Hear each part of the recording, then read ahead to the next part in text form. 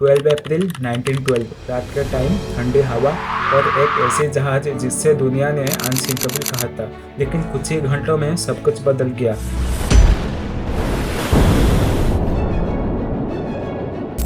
ये कहानी है आरएमएस टाइटैनिक की, एक लग्जरी शिप, एक ट्रेजेडी और एक लेसन जो दुनिया कभी नहीं भूली। 90s के शुरू में सी ट्रैवल सबसे बड़ा ट्रांसपोर्ट था। दो कंपनी में रेस चल रही थी, स्पीड और लग्जरी की। तब ने डिसाइड किया हम दुनिया के सबसे बड़े और लग्जरियस शिप बनाएंगे। टाइटैनिक को बेलफास्ट आयरलैंड में बनाया गया शिपयार्ड में। कंस्ट्रक्शन स्टार्ट हुई 99 में और 1912 तक ये रेडी हो गया था। टाइटैनिक कोई नॉर्मल शिप नहीं था, ये उस टाइम का इंजीनियरिंग का मास्टरपीस था। लेंथ लगभग 882 feet, height 175 feet, weight 46,000 tons. इसमें 12 वाटर टाइट कंपोनेंट था।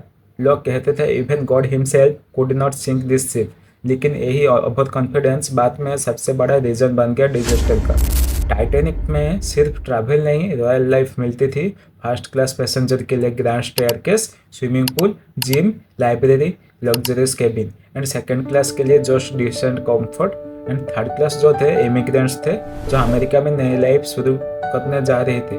टाइटैनिक के कैप्टन थे एडवर्ड स्मिथ, जो थे 62 साल का। उनका ये लास्ट वॉयज था रिटायरमेंट से पहले। उन्हें एक्सपीरियंस माना जाता था और सबको उन पर विश्वास था। 10 अप्रैल 1912 टाइटैनिक ने अपनी पहली जर्नी स्टार्ट की सिम्पटन इंग्लैंड से, स्टॉप किए चर्चबर्ग फ्रांस में एंड क्वींसटन आयरलैंड में।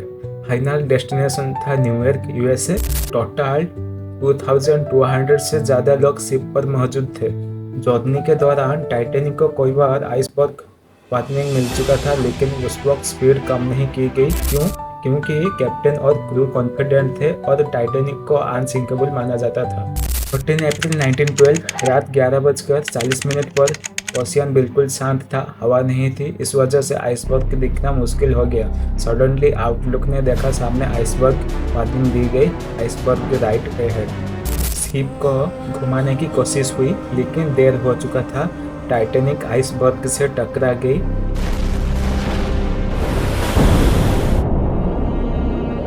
इम्पैक्ट स्ट्रॉन्ग नहीं था, लोगों को लग रहा था, लेकिन नीचे हॉल में क्रैक आ गया था। पानी धीरे धीरे कंपार्टमेंट में भरने लगा। इंजीनियर थॉमस एंड्रू ने सिचुएशन चेक की और उन्होंने कन्फर्म किया शिप डूबने वाली है। टाइटैनिक सिर्फ 4 कंपार्टमेंट फ्लोर हैंडल कर सकता था, लेकिन 5 से ज़्यादा डैमेज हो चुका था।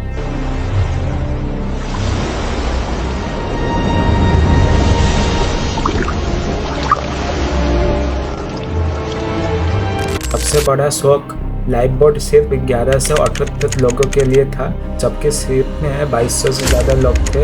रूल था वोमेन एंड चिल्ड्रन फर्स्ट, लेकिन पैनिक के चक्कर में कोई बोट आधी भर के चली गई।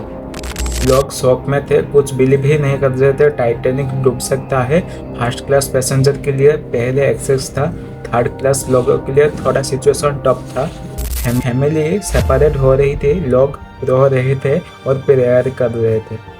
15 अप्रैल 1912 रात के 2:20 पर टाइटैनिक 2 पार्ट में टूट गई और धीरे धीरे अटलांटिक ओशियन में डूब गई।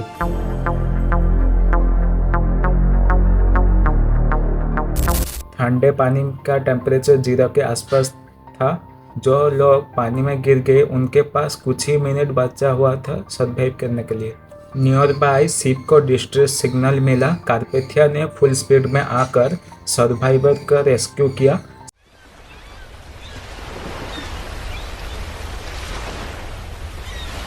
सिर्फ 700 के आसपास लोग बच पाए, लेकिन 150 से ज़्यादा लोग की जान जा चुकी थी।